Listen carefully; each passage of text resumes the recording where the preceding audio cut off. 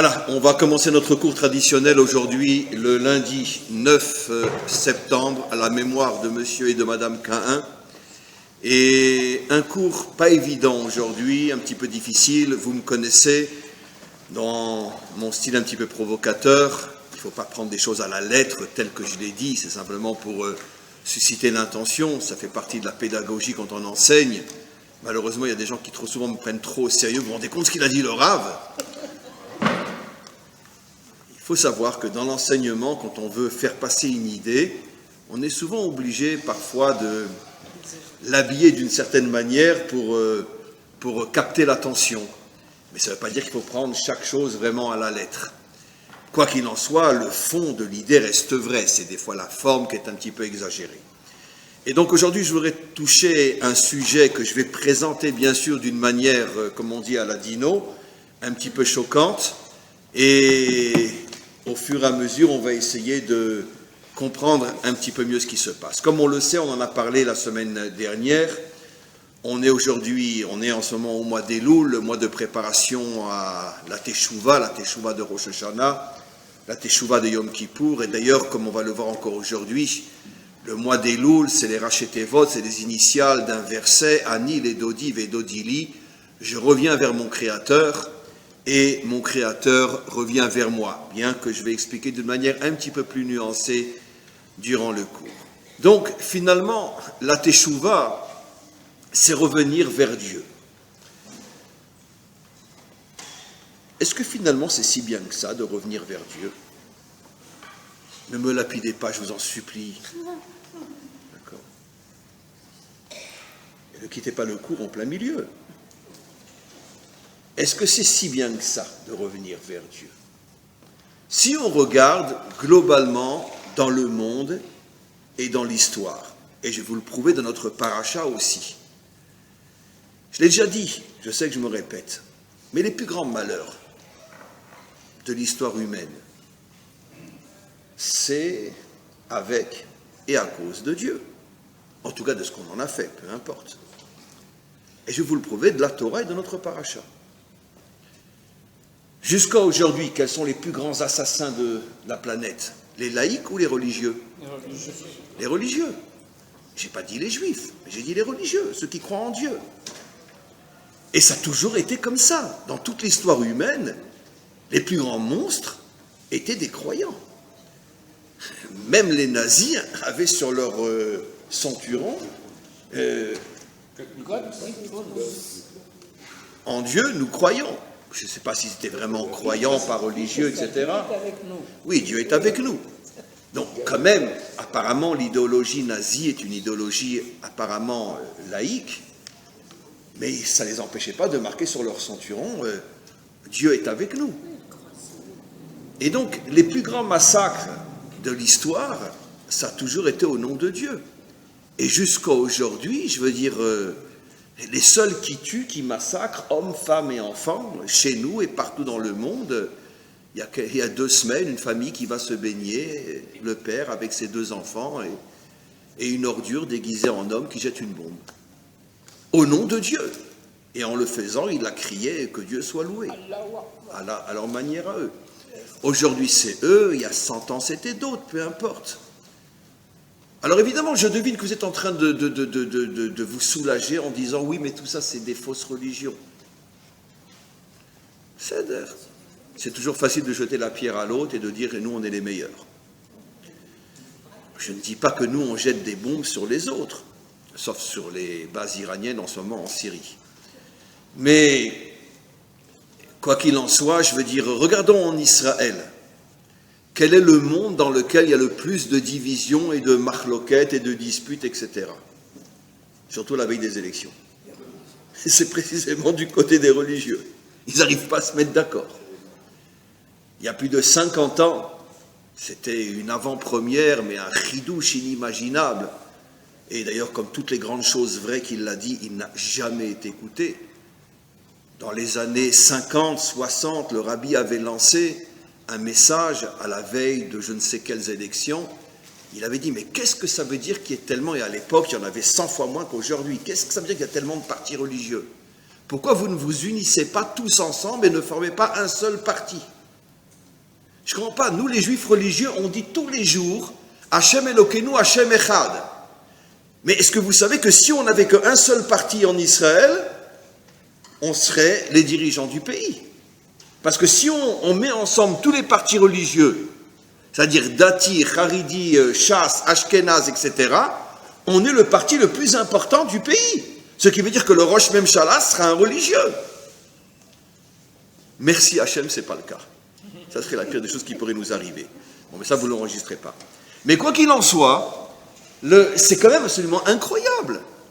C'est incroyable qu'il y ait 5, 6, 7, 8, j'en sais rien, partis religieux. Et des fois dans la même tendance, dans la tendance Dati, il y a 3 ou 4 partis, dans la tendance Haridi, il y a 3 ou 4 partis. Il y a les Ashkenazim, les Sfaradim, pourtant, mince alors, on a tous le même bon Dieu. Il y a plus de divisions chez les religieux que chez les non-religieux. Regardez le nombre de partis religieux, regardez le nombre de partis non-religieux. Donc on n'en est pas à jeter des bombes sur des jeunes filles qui sont en train de se baigner. Mais malgré tout, on voit que c'est pas si évident que ça. Et ne parlons pas des autres religions. Donc ça veut dire quoi revenir vers Dieu? Moi, j'ai pas envie d'être un assassin, j'ai pas envie d'être un fanatique. Je préfère être un laïc. Non? Non, moi ça va.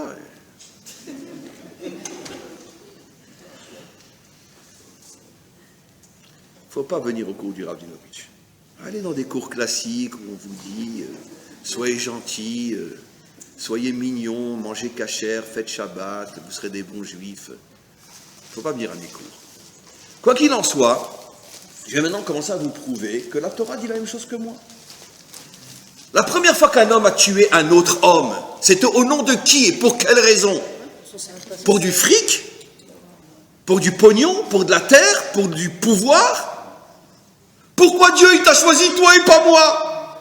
Moi je suis le vrai serviteur de Dieu. Comment il s'appelait cette ordure? Caïn. Il a tué pourquoi? Alors c'est vrai, il y a quantité d'autres explications, mais celle dont la Torah parle, l'officielle, comment Dieu accepte ton offrande et pas la mienne? Imposteur! Eh bien, il l'a tué parce qu'il n'a pas accepté que Avel soit choisi par Dieu. Ben, ça s'appelle en français une guerre de religion. Très bien.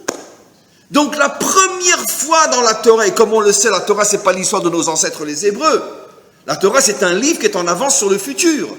C'est-à-dire que si la Torah a choisi de nous donner comme modèle fondamental de l'assassinat d'un homme par un homme une dispute religieuse, la Torah a le courage de nous dire, attention, la religion c'est un poison.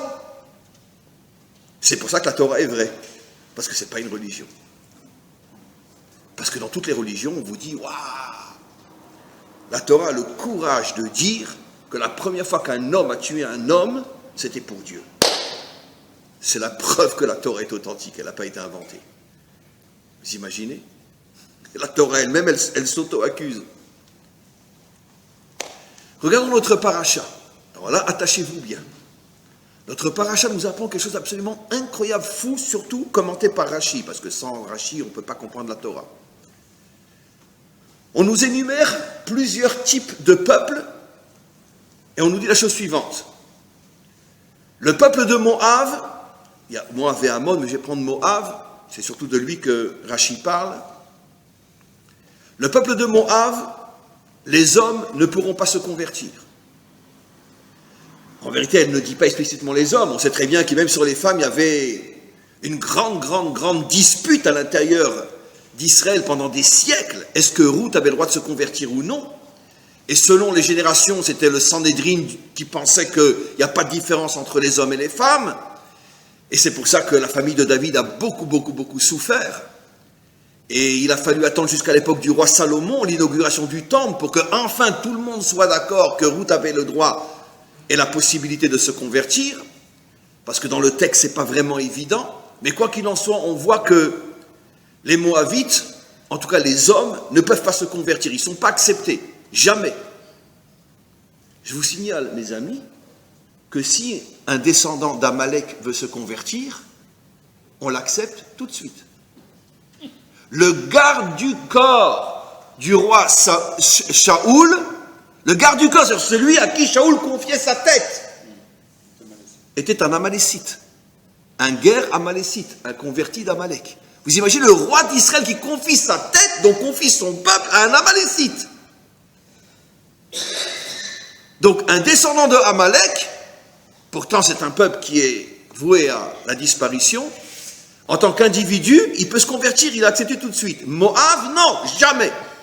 Oh, pourquoi? Comment? C'est quand même fait tuer. Qui? L'Amalécite, par David. Oui, non, c'est toute une histoire, parce que Shaoul lui a demandé de le tuer. Shaoul, pour ne pas tomber dans la main des Philistins qui l'auraient torturé à mort, a demandé à son garde du corps, tue-moi. Au début, il n'a pas voulu. Shaoul a insisté, il l'a tué. Et ça n'a pas plu à David, et bon, il l'a tué. Mais pas parce qu'il était amalécite, parce qu'il avait tué le roi Shaoul. Ça aurait été un juif de naissance, et David lui aurait fait la même chose. Bon, bien qu'apparemment c'est Shaoul qui a demandé, mais c'est un sujet en soi, vous avez raison. Mais quoi qu'il en soit, converti et garde du corps de Shaoul. C'est un amalécite. Et on sait très bien que dans ce pays, il y a une nièce de Himmler, qui est une très très bonne juive, aujourd'hui. On a le fils d'un des officiers tête de mort qui a massacré son père, des dizaines de milliers de juifs, qui est aujourd'hui un grand rave à Beit Vegan, blond aux yeux bleus. Donc, il n'y a pas de problème. Il n'y a pas de problème. Et il y a des tas de descendants de nazis qui sont juifs convertis aujourd'hui en Israël. Il n'y a aucun problème. Pourquoi Moab? On va voir dans quelques instants. Après, le texte continue et il dit « Tu n'auras pas le droit de mépriser ni l'Édomite, ni l'Égyptien, ni Édom, ni l'Égypte. Altitaev Édomi, pareil pour l'Égyptien. » Ça veut dire qu'ils peuvent se convertir et tu n'as pas le droit de les détester, de les haïr. Tous les commentaires, bien sûr, posent la question évidente. Édom, qui est donc le peuple fondé par Esav, le pire ennemi de Yaakov. Le pire ennemi de Yaakov, Vaïstom Esav et Yaakov. Il avait à son égard une haine incroyable. Les Égyptiens, ils ont pris nos enfants et les ont jetés dans l'eau. Ils nous ont asservis pendant 210 ans. Au moment où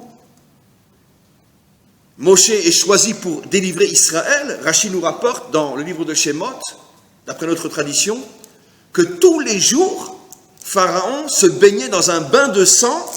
Il égorgeait 250 enfants le matin et 250 enfants le soir, et il se baignait dans leur sang. Et la Torah nous dit, tu ne détesteras pas les Égyptiens. Et qu'est-ce qu'ils nous ont fait? Qu'est-ce qui nous a fait Moab? Qu'est-ce qui nous a fait Moab? Qu'est-ce qui nous a fait? Qu'est-ce que nous a fait Édom? Qu'est-ce que nous a fait Mitzraïm? C'est quoi ces deux poids, ces deux mesures? Lotitaev, on n'a même pas le droit de les détester. Rachid donne la raison. Parce que Moab, et je vais bien sûr expliquer, il s'est attaqué à nous d'une manière spirituelle. Il a voulu nous faire tomber dans la faute, comme je vais vous le rappeler. Alors que Édom et les Égyptiens, ils se sont attaqués à notre corps, pas à notre âme. Pourquoi les Égyptiens ont été tellement cruels à notre égard? Pas parce qu'on était juifs, on était religieux, ou on avait une autre Bible que la leur. Non. Business. Ce peuple-là est un peuple esclave qui travaille. Et quand les Égyptiens ont commencé à comprendre, grâce à leurs astrologues et après avec la venue de Moshe, qu'ils allaient perdre, parce qu'au départ, ils ne savaient pas que malgré tout, 80% allaient rester. Et il y a seulement 20% qui sont sortis. Au départ, ils pensaient que tout le monde allait sortir. Et Rachid dit clairement que c'est uniquement pour ne pas perdre ce peuple esclave qu'il y a eu tous ces décrets, tous ces xérotes. C'était pour les terroriser. Si vous osez penser à partir, gare à vous. C'était uniquement une histoire de pognon. Des millions d'hommes et de femmes qui travaillent gratuitement. Ce n'est pas une affaire de religion. Et d'hommes, ça commence avec Esav, nos maîtres disent clairement. Esav n'avait pas un problème religieux avec Yaakov. C'est qu'un problème de pognon. Déjà dans le ventre de leur mère, c'est bien sûr, il ne faut pas le prendre à la lettre, ce sont des métaphores, mais nos maîtres nous disent qu'ils se disputaient pour le partage du monde. Esav disait à Yaakov, toi prends le monde d'en haut, laisse-moi le monde d'en bas. Vous avez compris ce que ça veut dire en français. Ça veut dire que moi, je veux le pouvoir dans ce monde. Le monde matériel, il est à moi. Toi, tu es un homme tam qui est dans les tentes d'études, donc si c'est ta vie, prends le monde d'en haut, mais laisse-moi le monde d'en bas. Et Yaakov lui répond, non, je prends et le monde d'en bas et le monde d'en haut. C'est un juif, c'est normal. Très bien. Mais quoi qu'il en soit, c'était une dispute matérielle. Rachi nous dit, ou vous regardez dans la paracha, du fait qu'on voit que Moab est repoussé et que Édom et Mitzraïm, on n'a même pas le droit de les haïr. De là, tu comprends que Hachem n'en veut qu'à celui qui mène contre toi une guerre religieuse. Ça veut dire que même que Moab, à l'époque où ce verset est dit, n'avait encore jamais fait couler le sang d'Israël, plus tard, quand Israël va s'installer sur sa terre, là on est encore avant l'entrée, il y aura beaucoup de guerres avec Moab, mais des guerres religieuses, mais des guerres qui vont malgré tout faire couler du sang. Mais au moment où ce verset est dit, Moab n'a jamais touché avec son petit doigt un juif. Simplement, ils ont voulu, on va le répéter, les faire tomber spirituellement. Et on va voir pourquoi, quelle est l'origine. Donc, d'un côté, l'Égypte, qui a fait couler le sang de centaines de milliers, peut-être de millions de juifs, ceux qui mouraient sur le travail, de soif, de faim, de coups de fouet, sans compter les enfants, tu n'as même pas le droit de les détester. Et Moab, qui n'a jamais touché avec son petit doigt un juif, simplement que qu'est-ce qu'il a fait Moab? Il nous a envoyé les prostituées. C'était pour se débaucher? Pas du tout. Pas du tout. À chaque fois, elles avaient un art de savoir comment faire tomber un homme, et quand l'homme n'en pouvait plus, elles sortaient une idole, et elles lui disaient, je me donne à toi si tu embrasses l'idole. Et donc il embrassait l'idole. C'était pas pour le physique, c'était pour la chute spirituelle. Bon, il y a aussi une chute dans le fait d'aller avec une Moabite. Mais quoi qu'il en soit, c'était pas un problème uniquement de débauche, c'était essentiellement un problème d'idolâtrie. Et combien de juifs sont tombés à cette époque-là? 24 000. 24 000 qui ont été avec les prostituées, mais pas pour la débauche, pour l'idolâtrie. Et qui avait donné ce conseil de les faire tomber? Bilam, le grand ennemi de Moshe. Bilam, dont tout le combat contre Moshe, c'est une guerre spirituelle. La preuve, c'est qu'il était venu pour les maudire. Ça veut dire pour les faire tomber sur le plan spirituel. Rachid nous apprend dans notre paracha de là, tu vois, et c'est fou, que celui qui fait couler le sang de dizaines de milliers d'enfants juifs est considéré plus, entre parenthèses, gentiment par la Torah, que celui qui fait tomber 24 000 juifs dans l'idolâtrie. De là, nous dit Rachi, la guerre religieuse est la pire de toutes. On ne peut même pas la comparer à la guerre physique.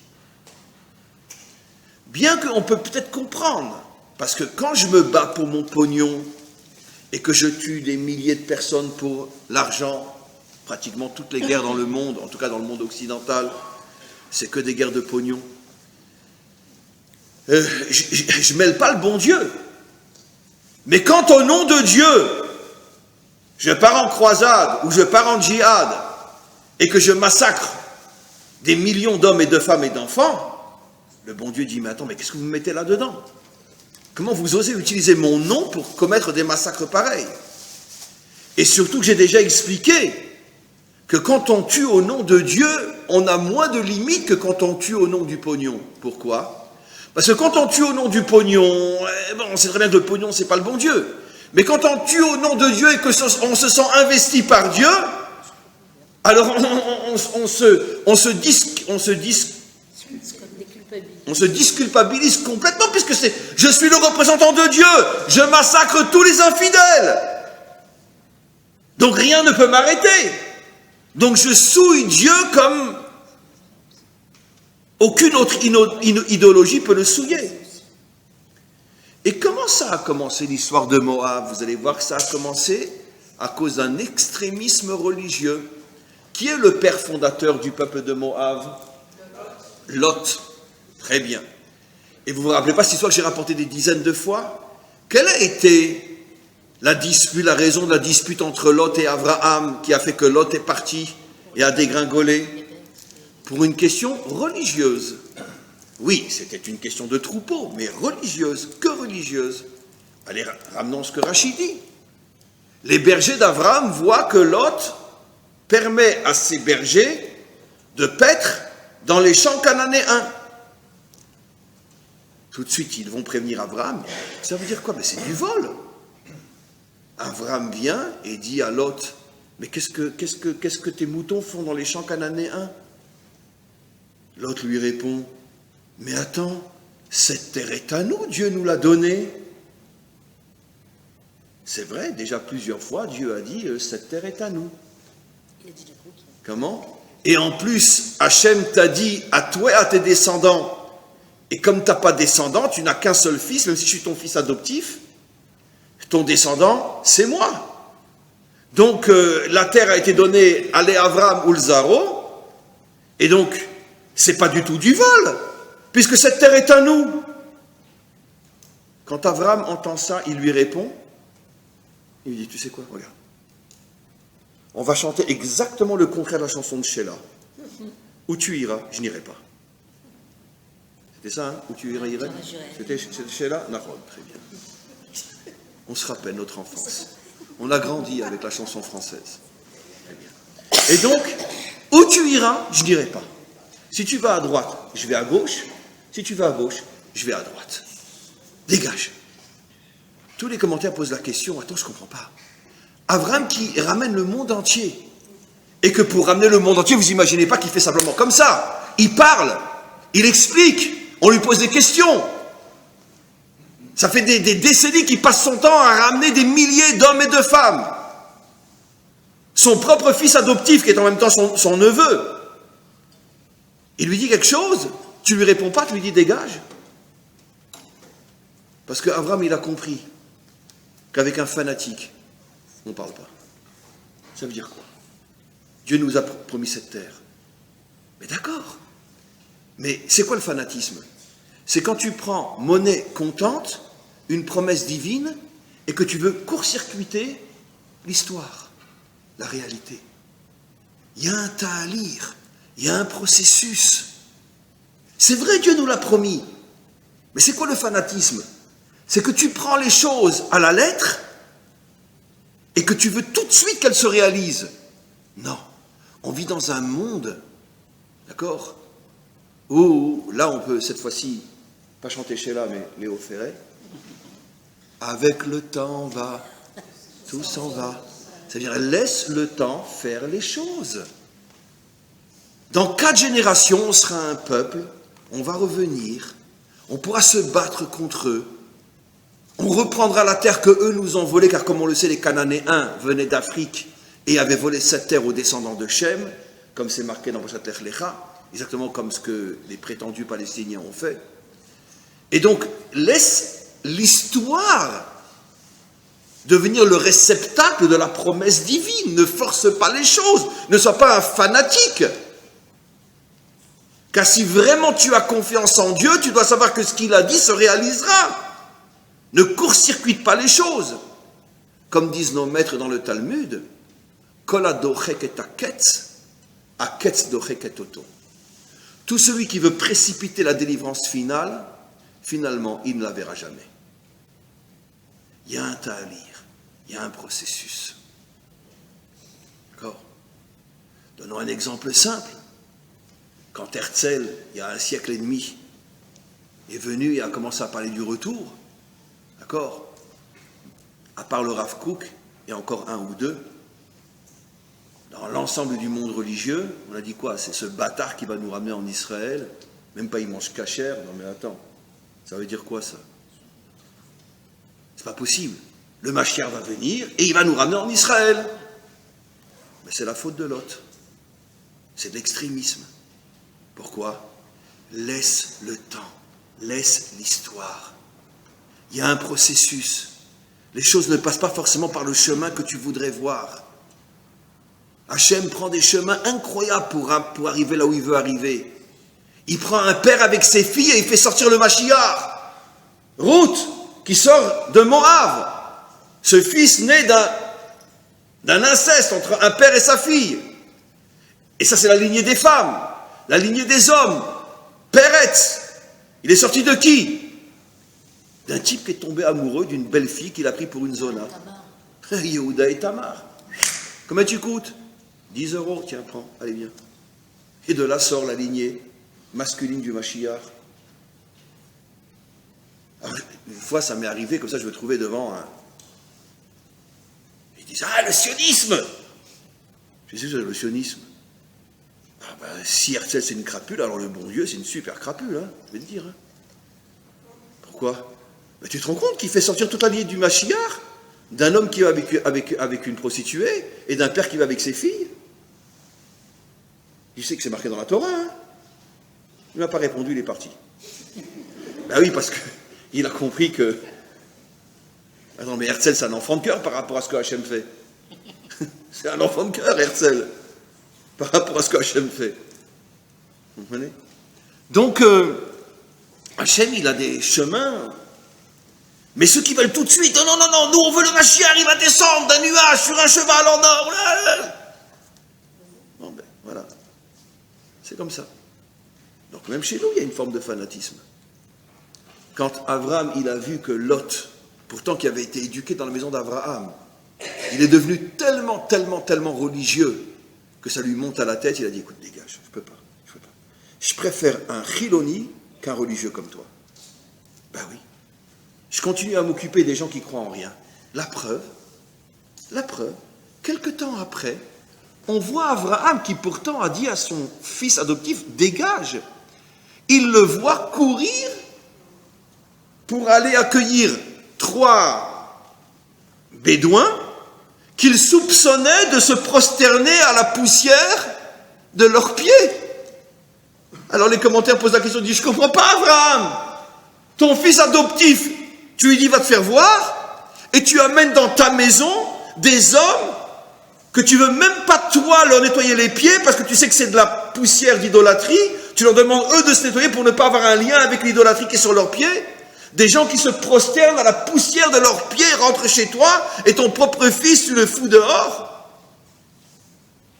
Abraham répond, tu sais quoi, je préfère le pire des éteints, ça commence avec un C, mais pas un fanatique. Fanatique, non, je peux pas. Dans ma maison, non. Ce sont des tarés, des débiles mentaux qui croient que le bon Dieu, c'est de la poussière sur leurs pieds, d'accord. Mais se servir de Dieu pour faire du mal, c'est le fanatisme, hors de question. Il se sert de la promesse de Dieu pour voler les champs à des gens qui, pour l'instant, cette terre est encore à eux, c'est hors de question. Ça, non. Et donc on voit que le père fondateur de Moab, finalement, c'était une faute religieuse, de l'extrémisme religieux. Donc on comprend maintenant quelque chose de fou ce que nous dit la Torah. Les Égyptiens, Édom, qui vous ont fait tellement de mal, mais ce n'était pas pour des raisons religieuses. Sachez qu'il y a une possibilité de les récupérer. Donc ne le repoussez pas.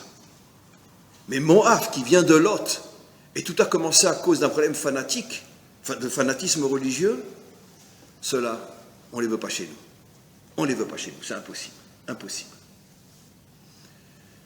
Donc mes amis, la Torah nous dit clairement, et on revient au point de départ, que de tous les tarés de la terre, les plus tarés, c'est qui? C'est les religieux. Alors qu'est-ce qu'on va faire alors?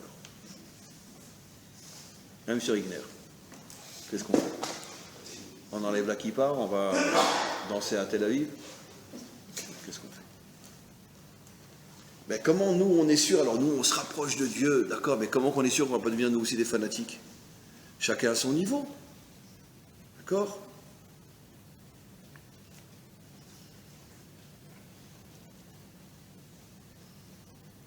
Bon, je ne suis plus à une lapidation près.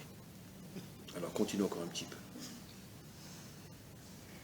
À votre avis, c'est normal ou non que les bus ne fonctionnent pas le Shabbat en Israël? Ça dépend où. Le Shabbat des bus. Ça dépend où. À Jérusalem, oui, mais à Tel Aviv.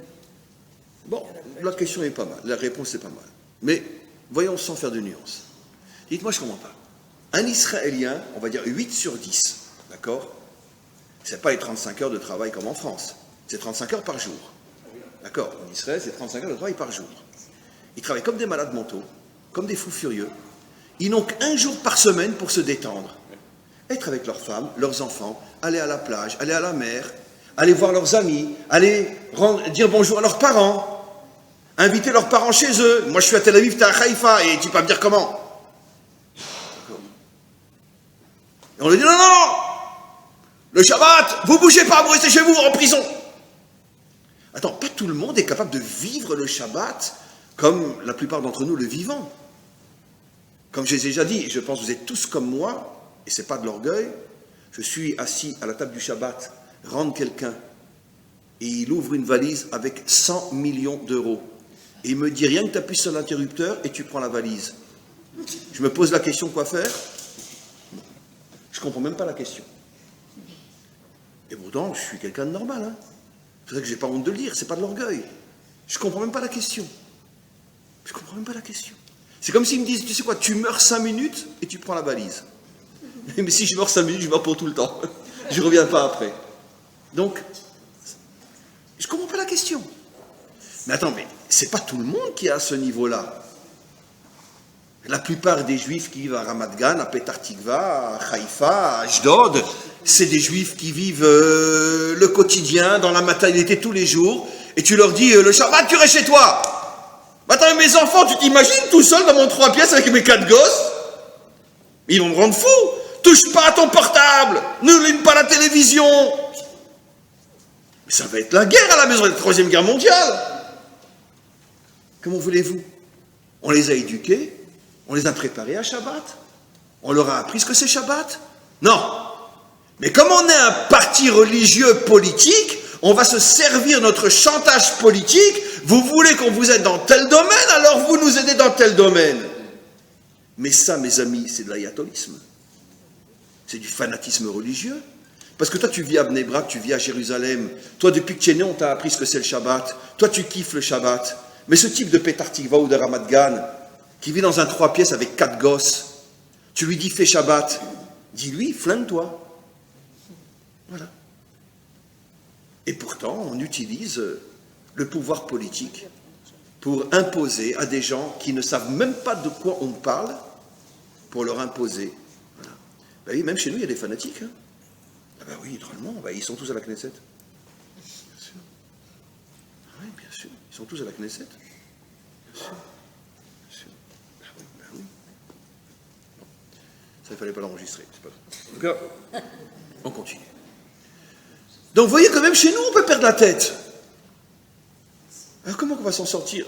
Dites-moi, on a un problème. Plus on se rapproche de Dieu, et plus on devient débile. Alors, comment on va faire?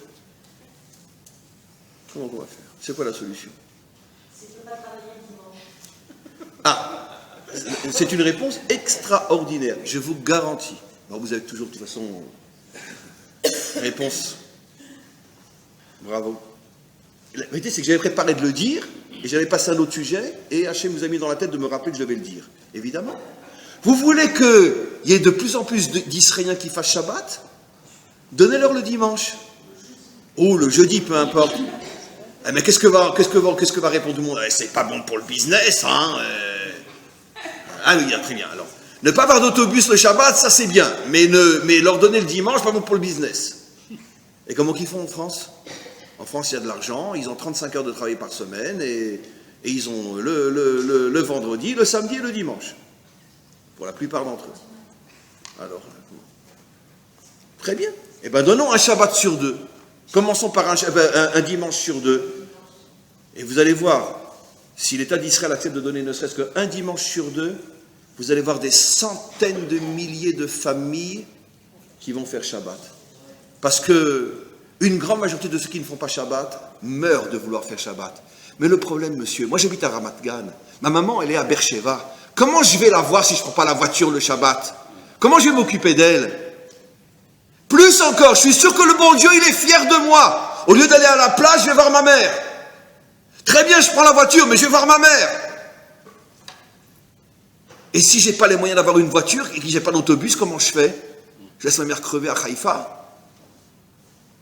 Je suis sûr que le bon Dieu, il est de mon côté à moi, pas du côté des barbus. À moins qu'on donne un autre jour dans la semaine, c'est ce que madame a dit, ou bien qu'on fasse mieux encore, qu'on enseigne au peuple ce que c'est Shabbat. Qu'on leur enseigne, qu'on descende dans les rues, qu'on rentre dans les maisons, qu'on leur enseigne ce que c'est Shabbat. Peut-être qu'on aurait une chance d'en ramener encore des milliers, qui comprendront que finalement se retrouver en famille le Shabbat, et puis bon, la maman, on l'invite à passer tout Shabbat chez nous. Bon, c'est sûr, ça fait des problèmes avec l'épouse. Mais bon, je dis, on s'en sort jamais. Hein. C'est ou la belle-mère ou l'épouse, mais bon. Mais on trouve une solution, on fait quelque chose. Mais pas, allez, pas d'autobus le Shabbat. Pourquoi? Parce que nous, on est un parti qui a 7 mandats, et si vous ne nous écoutez pas, alors. Ça, c'est du fanatisme. Voilà. Bon, Bekitsour, les amis. Alors, comment qu'on s'en sort? En Italie, les restaurants, ils travaillent 6 jours par semaine et un jour ils ferment. Oui. À leur choix. C'est-à-dire ils ouvrent le dimanche et ils ferment le mardi. Oui. C'est leur Shabbat, Oui. leur dimanche. Et ils choisissent. Donc il faut exactement ce qu'on dit quand on fait le kiddush le vendredi soir. Tu travailleras 6 jours et le 7e, Tu te reposeras. Oui, mais encore une c'est fois. moi qui choisis quel est mon 7e. Oui, non. Nous, le Shabbat nous est, entre parenthèses, imposé. Mais ce que je veux dire, c'est que pour qu'un homme puisse aussi avoir un temps de loisir et de détente, pas uniquement spirituel, il faudrait lui donner un autre jour dans la semaine. Et le jour où on arrivera à ça, je suis sûr qu'on arrivera vite à une majorité de Juifs en Israël qui feront Shabbat. Je suis pratiquement convaincu. Pas dans la première, la deuxième année, mais avec le temps, on arrivera. Parce que les gens, sauf que sauf, ils vont kiffer le Shabbat aussi s'ils savent que le dimanche, ils peuvent aller à la plage, au cinéma, et aller faire du sport et aller voir leurs parents ou leurs grands-parents. Évidemment qu'ils vont kiffer. Bon, alors Bekitsour, on est dans un salpêtrin. Donc, si vous avez bien compris ce cours, ne faites pas de teshuva. Restez comme vous êtes. Alors, qu'est-ce qu'on fait? Qu'est-ce qu'on fait? Alors là, je vais revenir avec mes gros sabots. Je vais revenir sur un sujet dont j'ai déjà tellement parlé. J'ai d'ailleurs consacré un cours entier à ce sujet-là qui sera, Bezrat Hashem, ou aujourd'hui ou demain sur le site que j'ai fait dans une autre ville. Et je vais reprendre juste une idée. Parmi toutes les réponses possibles à cette question, qui est finalement la suivante. Comment je peux me rapprocher d'Hachem sans devenir un fanatique? Comment je peux me rapprocher d'Hachem tout en restant un humain? Plus encore, en devenant encore plus humain que celui qui ne se rapproche pas d'Hachem. Car finalement, se rapprocher d'Hachem sincèrement, c'est de devenir encore plus humain que quelqu'un qui est laïque. Aujourd'hui, un laïque est plus humain qu'un religieux, dans la grande majorité des cas. Je regrette, je redis ce que je dis. La grande majorité des laïcs sont plus humains que les religieux. Ça dépend. Il y a des religieux qui ne pensent que Ben Adam la Makom. C'est cela les fanatiques. On va y arriver. Très bien, mais je vais donner un exemple simple. Mais moi je dis que si on est un vrai religieux, on sera plus humain que les plus humains des humains qui ne sont pas religieux. Comment c'est possible? Le secret, il est dans le mois de Elul. Je choisis cette réponse parmi des milliards de réponses possibles, et quand je vais la dire, vous direz, ah ça y revient avec ses gros sabots. Mais c'est pas grave, elle est importante cette réponse. Vous remarquez que le verset pour nous dire « je reviens vers Dieu et Dieu revient vers moi » n'utilise pas le mot de Dieu en vérité. Ani ledodi vedodi li. Il y a dans cette formulation un secret incroyable. Incroyable. Pourquoi c'est pas dit clairement « je reviens vers Dieu et Dieu revient vers moi » C'est qui Dodi? Eh bien c'est mon amour. Oui. Comment je dis mon amour en français? Ma chérie, mon chéri. Comment je dis ma chérie, mon chéri en hébreu, biblique en tous les cas? Dodi. Dodi, c'est ma chérie. On appelle bon Dieu ma chérie. Je reviens vers mon chéri et lui revient vers sa chérie. C'est quand même zol comme langage, hein. C'est quand même... Comment ? Tu aimeras l'Éternel, donc on l'aime. Oui, mais d'accord, très bien, mais on nous dit clairement, Ve'afta et Hashem Elokecha, là, pour pas que justement on pourrait croire qu'on aime Dieu comme on aime sa chérie. Mais là, le verset nous dit clairement, il utilise le mot Dodi, qui veut dire en vérité que c'est un langage qu'on n'utilise que entre humains. Que entre humains, justement. Alors, on va aller encore un peu plus loin que ça. Je l'ai déjà dit des milliers de fois, mes amis. Le seul test, la seule manière, la seule possibilité pour être un croyant sans devenir un fanatique, c'est réussir son couple. Son couple. C'est pour ça que la Torah, pour parler d'Hachem, utilise mon chéri et ma chérie. C'est comme si Hachem nous disait, tu veux te rapprocher de moi, qu'est-ce que tu crois? Parce que tu vas manger les méhadrines, parce que tu vas étudier 3-4 heures par jour, parce que ton shmona esrei, tu vas le faire pendant 10 minutes, parce que tous les jours tu vas mesurer ta barre pour savoir si elle est un peu plus longue qu'hier. Non. Sois bien avec ton épouse, qu'elle soit bien avec toi. Et là, tu pourras te rapprocher de moi. Parce que tant que ça ne marche pas avec elle, j'en ai rien à outre de tout ce que tu fais pour moi. Parce que tu es tout simplement un djihadiste. Chacun à son niveau. C'est ça le critère, c'est ça le test. Comment tu es avec elle et comment elle est avec toi. C'est vrai qu'on peut l'élargir à la relation humaine en général. Mais pourquoi je parle du couple? Parce que ça me sert de modèle pour la relation humaine en général, vous allez voir. Pourquoi le verset fait allusion au couple? Bien que, évidemment, on doit élargir cette notion à la relation humaine en général. Mais pourquoi le couple? Pourquoi?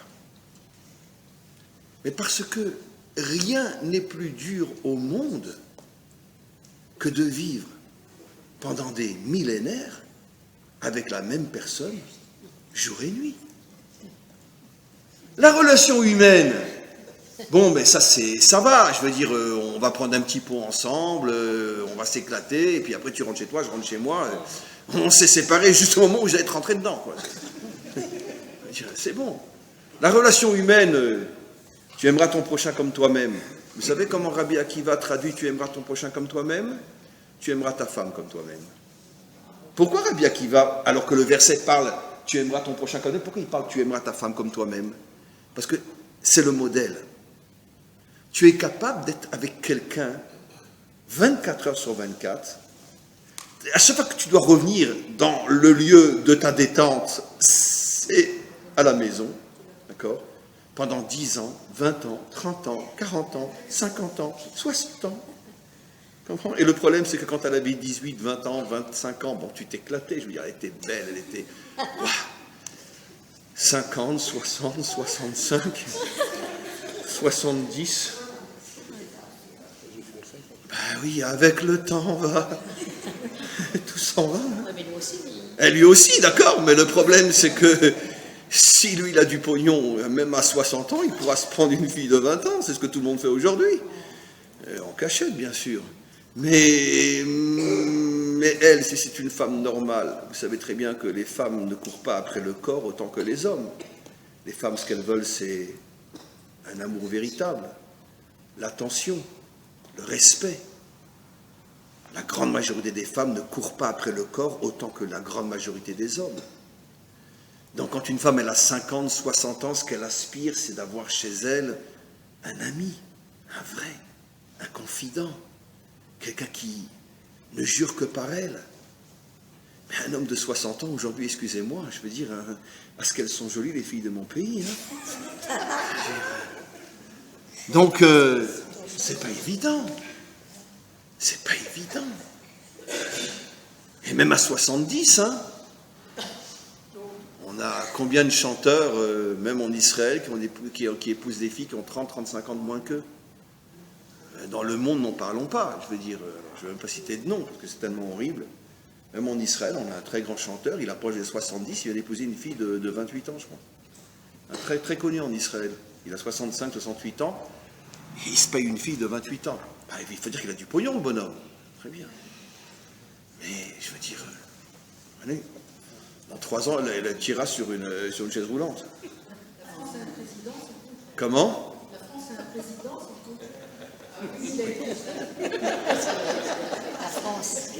La France a un président.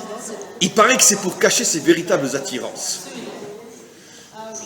Il paraît. Il y en a qui disent que c'était juste pour la vitrine, donc il a pris justement quelqu'un de pas trop dérangeant pour qu'il puisse continuer sous la vitrine à faire ce qu'il fait depuis qu'il est gosse. Mais bon, il y en a qui disent, mais peu importe. Peut-être c'est vrai, c'est pas vrai, peu importe. Mais en tout cas, généralement dans le monde aujourd'hui, les 60-70 ans, ils sont avec, s'ils ont les moyens, ils sont avec des filles de 25-30 ans de moins qu'elle, Johnny et quantité d'autres. Bien que c'était une fille bien, je veux dire, sa femme, vraiment quelqu'un de bien. Mais quoi qu'il en soit, ils avaient pratiquement 30 ans de différence. Et donc, c'est pas évident. Comment tu fais pour rester toute ta vie avec la même femme? C'est très, très, très dur. Aujourd'hui, il y a 100 fois plus de divorces que de mariages aujourd'hui. Je veux dire, on divorce beaucoup plus vite qu'on se marie. C'est une catastrophe. On a déjà parlé de ça. Alors, c'est pas seulement le problème qu'avec le temps, tout s'en va, ce beau sourire, ces beaux yeux, ce beau visage. C'est pas seulement ça. C'est-à-dire, si tu n'as pas construit la vraie relation avant, quand elle va arriver à 60 ans, tu es fichu. Donc, il fallait, quand elle avait 20 ans, pas seulement regarder son corps, mais regarder son âme. Si tu es resté coincé dans son corps, quand elle va avoir 50 ans, tu vas la jeter. Ça veut dire que tu n'as jamais cherché vraiment l'essentiel. Mais seulement, c'est pas seulement ça, c'est qu'en vérité, comme je dis toujours, et ça vous le savez, à nos âges, un vrai homme et une vraie femme, ils ne se ressemblent pas du tout. Dans un vrai couple. Qu'est-ce que tu aimes pour que je puisse te répondre que je ne l'aime pas? Dans un vrai couple, ça n'a rien à voir. Même après 30-40 ans de mariage, il y a des points essentiels sur lesquels on ne partage pas du tout le corps.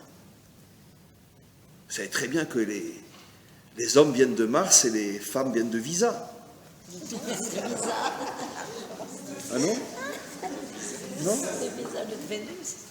Non, de Vénus, pardon. Les hommes viennent de Mars, les femmes viennent de Visa, de Vénus. C'est pas évident pour un homme d'avoir une femme qui vient de Visa. Vous comprenez? Un homme, c'est tranquille. Je veux dire, il peut avoir la même table, le même salon pendant 30 ans. Ah, une femme, c'est tous les 3 ans, on change de salon. S'il y a les moyens, bien sûr. Et c'est pas évident, je veux dire. Vous êtes fâchée, madame, par tout ce que je dis?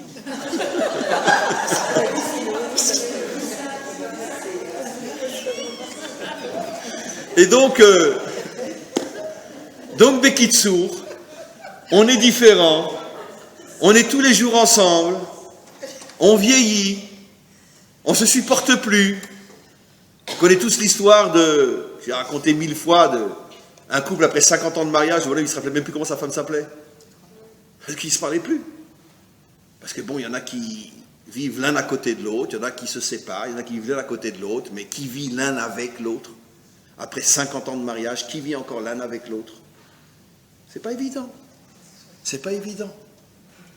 Ça veut dire qu'en vérité, la relation entre un homme et une femme est le microcosme de la véritable relation entre l'homme et Dieu. Parce que le vrai Dieu, le vrai Dieu, ben il est comme ma vraie femme, insupportable. Mais oui. Le vrai Dieu, pas celui pour qui on va tuer tous les infidèles, on se sert de lui uniquement pour liquider les autres. Le vrai Dieu, le vrai de vrai, il est insupportable. Plus je le sers et plus il me rentre dedans. Ben oui, on le sait très bien. Qui sont les hommes qui souffrent le plus sur terre? Les tzadikim. C'est ceux qui prennent le plus dans la figure. Les vrais. Pourquoi? Parce que le vrai bon Dieu, il est insupportable. Tu fais tout pour lui, il t'envoie balader. Un exemple parmi des milliards, mais c'est l'exemple, on pourrait dire Guinness. Guinness, on dit? Oui, Guinness. Intéressant, les Guinness, il y a le mot Ness dedans. C'est tous des miraculés. Moshe Rabbeinu, toute sa vie, il la consacre à Hachem. Toute sa vie, il attend qu'une seule chose pour entrer en Eretz Israël. Et au moment où enfin ils vont rentrer, Hachem lui dit, reste là, toi, crève dans le désert. Tout le monde rentre, sauf toi. D'accord? Qu'est-ce qu'on aurait fait, nous? Pauvre bon Dieu. D'accord? Moshe, pas de problème. Et maître du monde, est-ce qu'au moins ils pourront venir me rendre visite sur ma tombe? Non. Ils ne sauront même pas où t'as enterré. Comme un chien, tu t'en vas. Et il n'a pas bronché. C'est un exemple parmi des milliers. Mais ce coup-là que Hachem lui a fait, et pourquoi? Parce que le pauvre, au lieu de parler au rocher, il l'a tapé. Non, franchement, non, mais attends, il te donne 120 ans de sa vie, le bonhomme. Déjà, depuis qu'il est né, on l'a mis dans une corbeille. 120 ans de sa vie, il n'a pas connu ni son père, ni sa mère, il a grandi en Égypte. Après, pendant 60 ans, il était en exil en Afrique. Après les 40 dernières années de sa vie, il a fait la chose la plus dure au monde, supporter pendant 40 ans les Juifs dans un désert. C'est pire que tout. D'accord? Et puis quand enfin c'est fini, Hachem lui dit, tu restes. Et on ne saura même pas où tu es enterré. C'est pas évident. C'est mamache une vie de couple. Hein. C'est pas évident. C'est pour ça qu'Hachem nous dit, si tu cherches le vrai Dieu, si tu cherches quelqu'un qui ne va pas être du matin au soir en train de te passer de la pommade, d'accord, okay, en train de te dire t'es le plus beau, t'es le plus gentil, etc. Donc si tu cherches une véritable épouse, d'accord, et bien alors commence d'abord à construire ton couple. Parce que si tu réussis dans ton couple, alors je te ferai confiance quand tu vas t'approcher de moi. Mais si tu ne réussis pas dans ton couple, et que tu, soi-disant, tu es un religieux, non, tu es en train que de servir tes fantasmes. C'est ça le seul et unique critère, la relation avec autrui. Alors maintenant, effectivement, ce n'est pas seulement le couple en tant que tel, c'est la relation humaine en général. Revenons à ce que j'ai dit tout à l'heure. Pourquoi dans les années 50, le rabbi disait déjà, il faut que tous les partis religieux ne fassent qu'un seul parti en Israël. Mais attends, le rabbi ne savait pas que mettre une kippa sruga à côté d'une kippa en velours, c'est comme mettre un chien à côté d'un chat? Il ne sait pas, le rabbi, ça? Comment tu veux mettre quelqu'un qui est dans un yishuv à côté de quelqu'un qui vit à Bnei Brak? Il ne le sait pas. Alors comment il peut demander qu'on soit unis? Parce que le rabbi est un homme authentique. Il sait très bien que la relation humaine ne se construit qu'avec des gens qui ne nous ressemblent pas du tout. Parce que s'ils te ressemblent, ce n'est pas une relation humaine, c'est une relation avec toi-même. Et donc, automatiquement, bien sûr que c'est très très dur de pouvoir mettre ensemble Bennett, Litzman, l'autre de Otzma ou je ne sais pas quoi, etc. Ils n'ont rien à voir. Par hasard, ils sont tous juifs. Mais sur le terrain, ils n'ont rien à voir l'un avec l'autre. Vous voulez les mettre ensemble, mais c'est de la folie. Parce que c'est justement ça. En vérité, vous savez quoi? Je vais dire quelque chose. Il n'y a pas un seul parti religieux dans ce pays. Et vous savez pourquoi je le dis? Parce que la preuve, c'est qu'ils ne sont pas ensemble. Donc il n'y a pas un seul vrai religieux, en tout cas en politique. Parce que si c'était des vrais religieux, ça fait longtemps qu'ils seraient tous ensemble. Et en réalité, c'est tous des déguisés. Il n'y a pas un seul vrai religieux. Peu importe la kippa, qu'elle soit noire, qu'elle soit tricotée, qu'elle soit... S'il n'y a pas un seul vrai religieux dans ce pays. Parce que sinon, s'il y en avait ne serait-ce qu'un, du matin au soir, il se battrait pour unir tous les partis religieux. Justement parce qu'on ne se ressemble pas. Justement parce qu'on n'est pas d'accord. Eh bien, comme un homme et une femme. On va vivre pendant 80 années ensemble, alors que du matin au soir, on n'est jamais d'accord. C'est ça. C'est ça le test. Ça veut dire que mes amis, et je termine, faire teshuva, je l'ai déjà dit la semaine dernière, je le redis, parce que c'est mon message le plus important. Arrêtez d'écouter les idiots qui vous disent, d'accord, mange plus cachère, mets 10 paires de tefilines, etc., etc. Attention, je ne dis pas qu'il ne faut pas faire ça. Mais ça, c'est pas la teshuva. J'ai parlé de la teshuva. Bien sûr qu'il faut manger hyper kasher. Moi, je ne mange pas stam rabanout. Même si je suis invité, quelqu'un me sauve ça, je dis, écoute, je suis désolé, c'est pas ma cacheroute. Mais je prétends pas que c'est ça ma teshuva. C'est pas ça la teshuva. Je mets 2 paires de tefilin, Rashi, Rabbenoutam. Mais c'est pas ça la teshuva. Ça n'a rien à voir avec la teshuva. C'est tout simplement la pratique du judaïsme. La pratique. C'est quoi la teshuva? Être capable d'écouter, d'entendre, de comprendre, de respecter, d'aimer quelqu'un qui ne te ressemble absolument pas. Et de décider de vivre avec lui. C'est ça la vraie teshuva. Parce que si tu fais cette teshuva-là, tu arriveras à faire la teshuva d'en haut. Quand tu feras teshuva en bas, tu arriveras à faire teshuva en haut. Ça, c'est la vraie teshuva. Et ça, c'est la teshuva la plus difficile de toutes, parce que c'est celle qui nous demande véritablement un effort. Aujourd'hui, pour conclure, encore dans un mot, vous verrez que, je l'ai déjà dit des milliers de fois, et vous le savez tous et toutes, que le dernier grand combat des forces du mal aujourd'hui contre le monde, c'est s'attaquer à la famille et la disloquer. Tout le monde le vit aujourd'hui. Les relations entre l'homme et la femme, pire que tout, la relation entre les parents et les enfants, c'est aujourd'hui une catastrophe. Et les enfants déjà à l'âge de 11 ans, 12 ans aujourd'hui, vous connaissez cette histoire que je raconte toujours, j'ai raconté déjà 1000 fois, c'est quelqu'un qui veut faire son alia, il a une bonne situation en France, etc., il est marié, il a 3 enfants, et il dit je m'en vais. Tous ses copains viennent et lui disent mais t'es fou, tu vas partir dans ce pays de malade mentaux, mais c'est le Far West là-bas, et comment tu vas vivre, comment tu vas ci, comment tu vas ça, et puis en plus c'est pas un pays sûr, il y a des attentats, il y a ci, écoutez, je pars pour mes enfants. Moi je m'en fous. Moi je veux que mes enfants, ils vivent dans leur peuple, je pars pour mes enfants. Au moins je serai sûr qu'ils vont se marier, avec qui ils doivent se marier, etc. J'ai trop peur en France, pas pour mes enfants. Il essaye de le dissuader, mais tu vas perdre ta parnassa, tu vas ci, tu vas ça, etc. Je pars pour mes enfants. Et il s'en va. 10 ans après, il est installé. Ses amis le revoient et lui disent, alors dis-moi, l'Alia, qu'est-ce que t'en penses? Il dit, écoutez, pour toutes les raisons du monde, il fallait venir, sauf pour les enfants. Parce que éduquer ses enfants en Israël, ben oui, excusez-moi, ne me prenez pas mal, mais en France, c'était un petit peu plus facile quand on était une famille juive authentique.